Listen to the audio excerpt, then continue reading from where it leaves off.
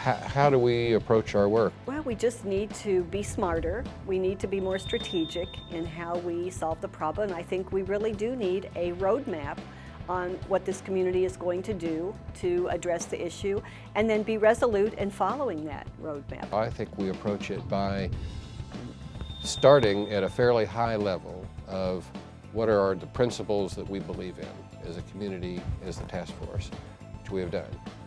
And from there, then say, how do those principles get implemented with respect to housing, finance, services, prevention, advocacy? A large part of it is going to be focusing on education and why it matters to care about this problem. So as we do our work, we have to make sure that we understand the globalness of what this issue is all about. And to make it a multi-jurisdictional, metropolitan-wide effort. We'll have, at the end of our work, we'll have specific recommendations for the policy decision makers to start looking about how they want to more efficiently change policy and make policies and programs more efficient. If we address this problem appropriately, it will filter into economic development. It will filter into our health care, saving money for our health care providers, saving money from our mental health providers. So I think we can show that this is a good investment, and it's an investment that's going to pay off to other industries or other segments, because if we solve this, we will solve some of the challenges that they face as well. The folks that have been working on this issue for a long time, I think we did a real good job of identifying those people and getting folks from all over that, basically a really good panoramic picture of the issue. We understand that solving homelessness, if there is a solution to be found, is going to take more than just the relatively small number of people who are involved in providing services. And that's why we're involved, because we think very strongly that the business community can bring new ideas. It can help look at best practices.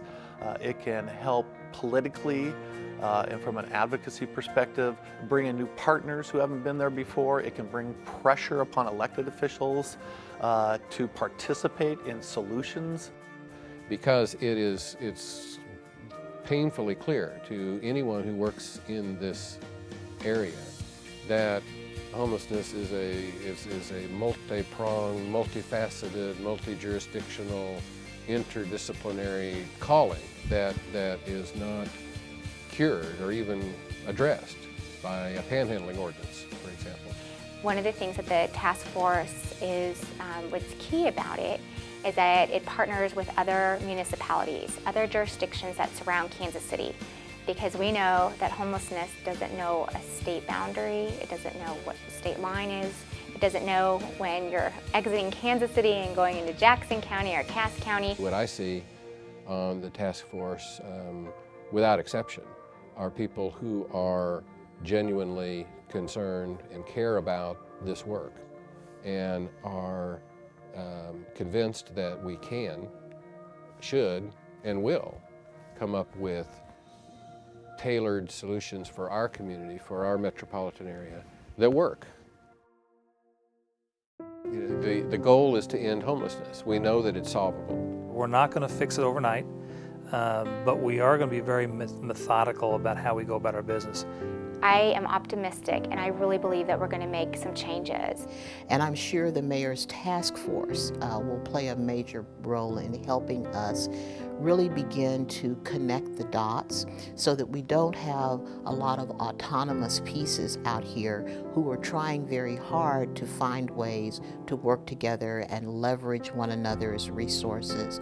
I think you will see the ability to create public-private partnerships to create and increase access to stable and affordable housing, to increase the availability, both geographically and within walking distance, of needed services for people in transition, whether it be mental health, substance abuse, employment training, re-education, and so forth, that people will buy into that, and that social impact investing that I spoke of earlier is something that will follow. Now that's a huge endeavor, but we need to look at ways that we can do better at helping and limiting homelessness. I think those people want the same thing everyone else wants. They want a safe place to lay their head. They want hope. They want opportunity. That, you know, that they can look toward achieving their potential. But they can't, and they can't until their lives get out of crisis and out of transitional homelessness and onto a pathway of hopefulness and health. Our ability to be a healthy, safe city where we have families who want to come here, where we have children who grow up, who believe that they can succeed in Kansas City, all of that will be severely limited if we do not do anything about this.